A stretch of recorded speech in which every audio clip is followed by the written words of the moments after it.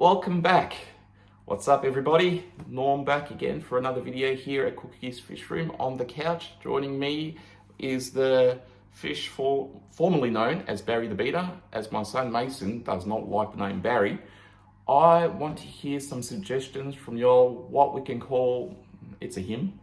If you can leave a comment down below what the new name is, Mason is going to pick which one he likes more, and the fish formerly known as Barry will have a new name in the next video and will be announced. So hopefully it's a cool name and you guys have some cool ideas. So we'll just go with the fish formerly known as Barry for now. Will be joining me again today to talk about the top 10 things you need to know about keeping guppies. Now, I've got a list down here because I can't remember them all off the top of my head. So if I glance down really quickly, it's only at my list. So bear with me. And I just want to say again, thanks to everybody who's subscribed to us. And if you have not yet, please hit that red button below and the notification bell, because it really helps us out if you do that. Thanks again. Now, number one, and remember, this is in no particular order at all. This is just the top 10 things that I believe that is the best advice to anybody who's starting out keeping guppies that need to know about them. Number one, do not overpopulate your tank. So with guppies, they have a tendency to breed. They're quite easy to breed, and overpopulation will cause issues with your bioload, with your water, and therefore lead to stress, leading to disease. So it all has a domino effect.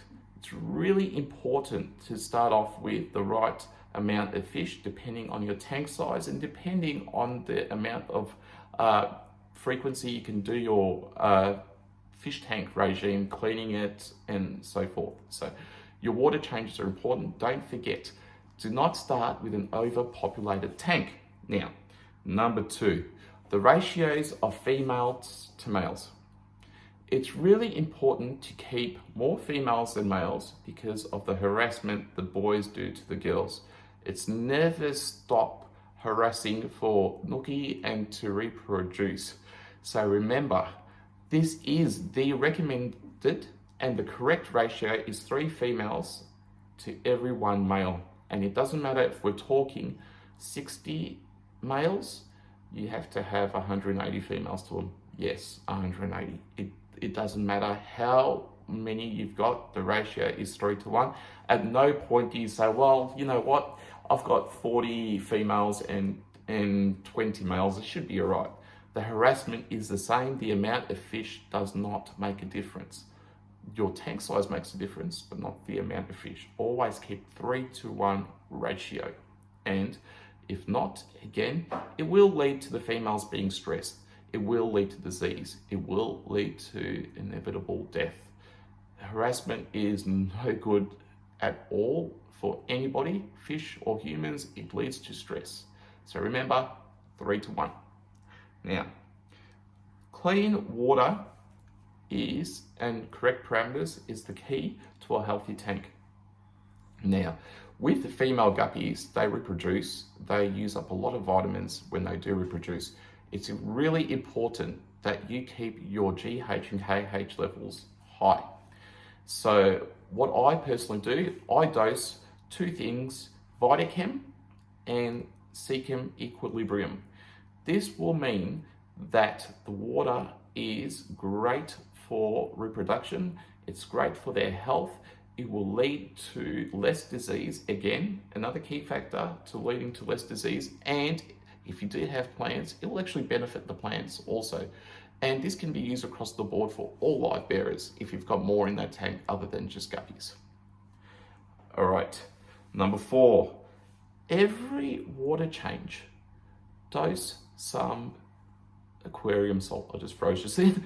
Dose some aquarium salt. The reason for this is for their slime coats. It helps basically produce a thicker slime coat, repair a lot of scale damage if they have any, and it will repel. The reason for the thick slime coats and what's important about it is it will repel things like ick and anchorworms, velvet, any external diseases or parasites that they may come across if you didn't quarantine your fish. So it's important that you do use the aquarium salt, and when you initially dose it, you dose the correct amount that's recommended on the box. It will not affect your catfish, your plecos, your snails, your plants, if you stay in the recommended dosage that's on the back of the box. Always follow what's on the back of the box.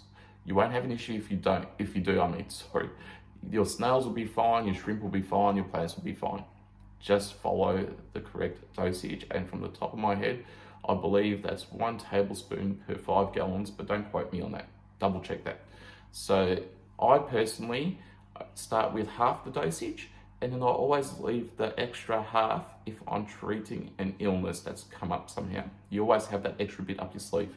And remember, when you're doing water changes, you don't replace a whole tank worth of aquarium salt. You're only replacing the amount of water that you've taken out or going in. So if you've taken out a quarter, 25%, you put in 25% of the recommended dose for the tank, or say it's 5 gallons, you put that you've taken out or that's going in, you only put enough aquarium salt to cover that 5 gallons only, not the whole 100-gallon tank.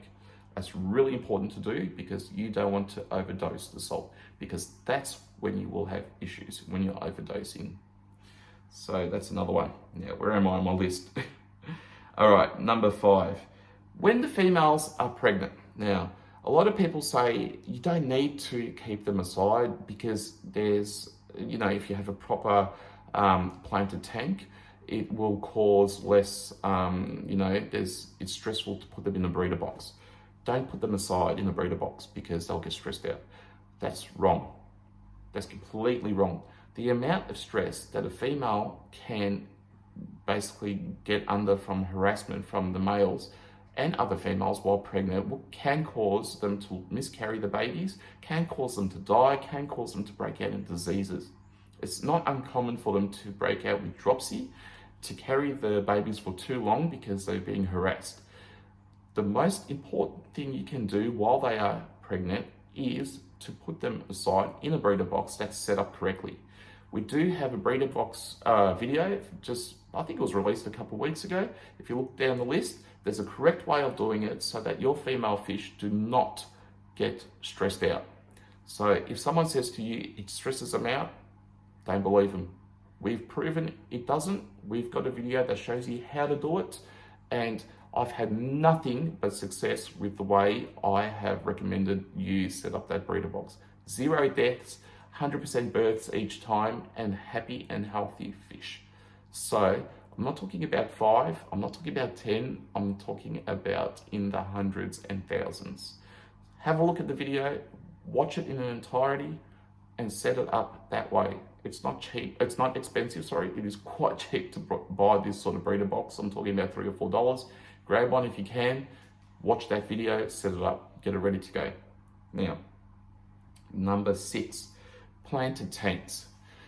With planted tanks, it does create a less stressful environment for them in the way of multiple reasons. Number 1, less nitrates to deal with. So better quality water obviously means you don't have to deal with more stress factors.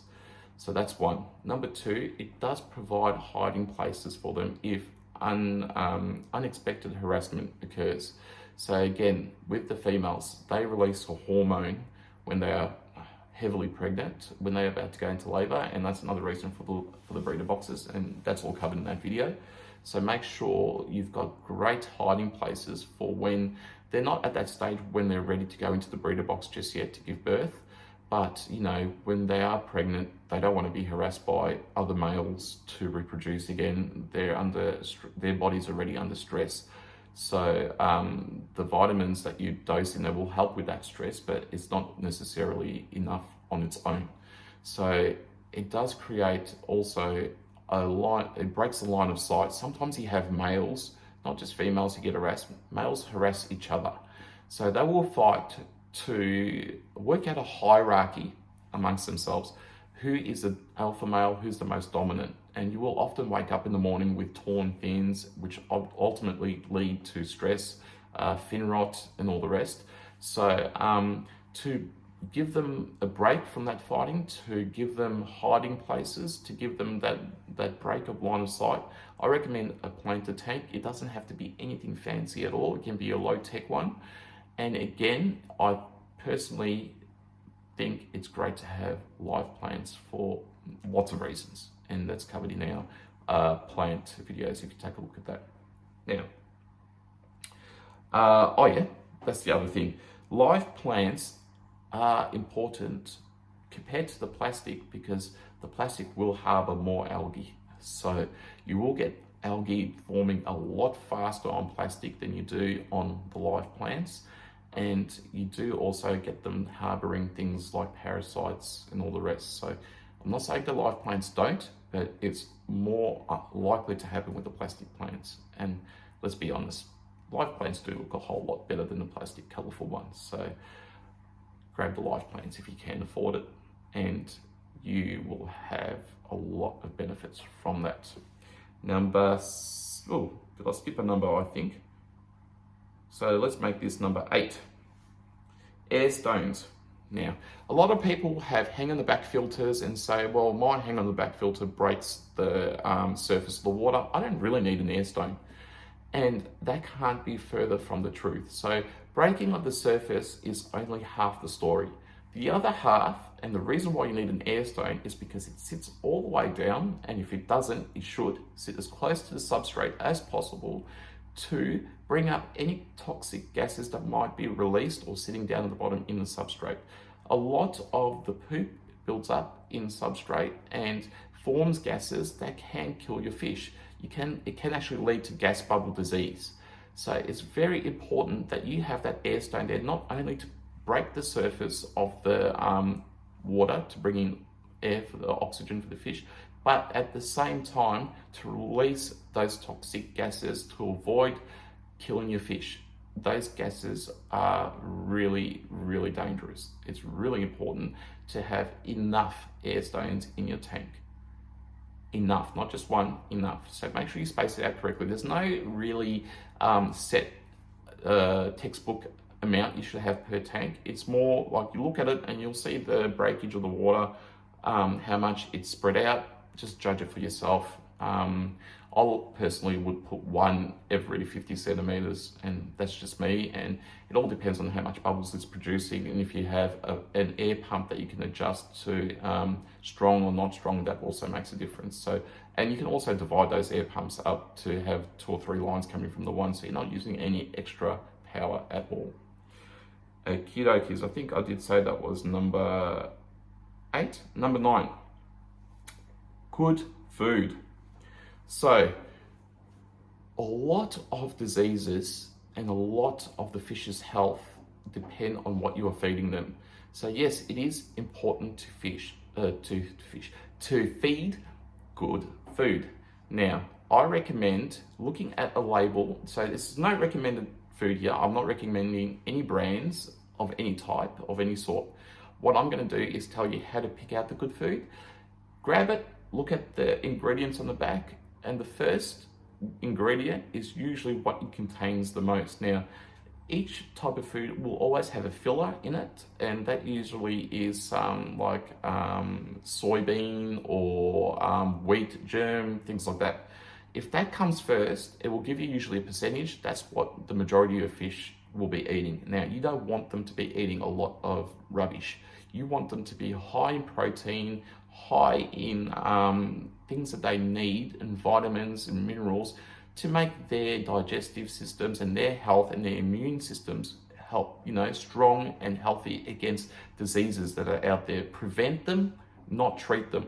So personally, I'll look for high in protein foods. Sometimes I make my own. Again, I've got the recipe for those who want to know. Just jump on, and I'm not going to type out the recipe on YouTube. If you want to know what that recipe is, jump on Facebook, tag me in a thread, and I will make sure that I will post that recipe up for you. It's quite easy, and it uses majority of things that you already have around the house, and it is high in protein and healthy for the fish, because that's what you want. Healthy fish. That's the end game. That's the goal. Healthy, beautiful guppies. Now, I think we're up to number 9. No, we're up to number 10. Geez, I confused myself. So hopefully this is number 10. Number 10, heating, temperature of your tank. Guppies are tropical fish and they need a heater. They're not cold water fish. I can't even begin to tell you how many times I've come across people keeping these fish, because they've got a warm room, they're keeping it at the, so all my room sits at 72 Fahrenheit or 22 degrees Celsius.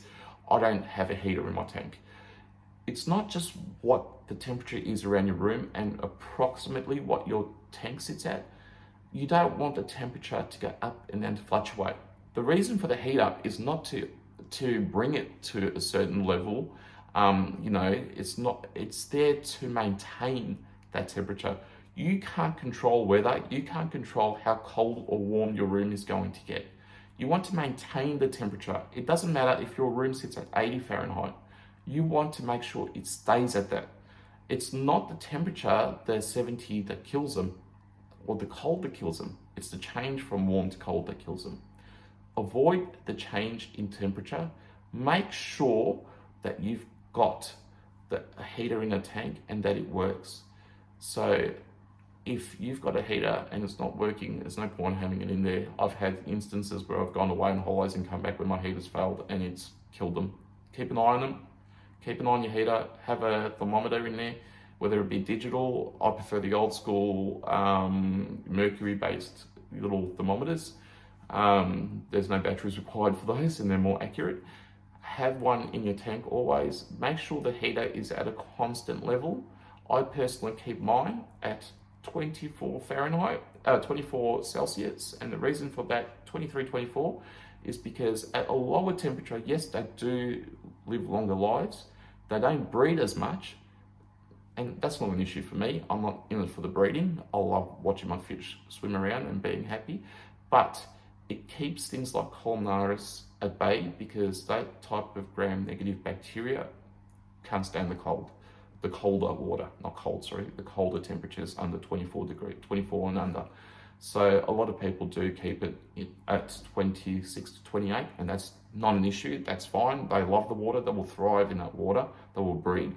It all depends on what your goal is, and you can keep it, and what your other fish are if it's a community tank. So don't forget to take into consideration the other fish that you have in that tank.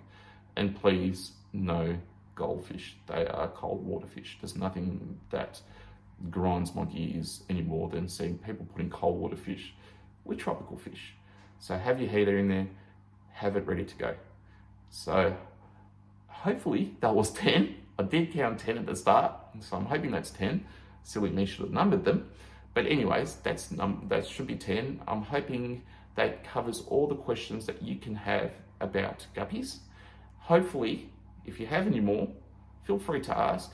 Put up a thread on Facebook, or feel free to ask in the questions down in the comments below. Hopefully you've loved the video, and if you have, stick a like, thumbs up for me if you do think I'm doing a good job. And if you haven't subscribed yet, please do so. I will see you guys next week with another video. And don't forget, the fish formerly known as Barry needs a name. Drop a comment below what you think we should call him. And Mason will have a name next week, hopefully, for Barry, from one of the great names that you guys come up with. Take care once again. If it's your weekend, have a good one. Hope you're all healthy and happy, and bye for now.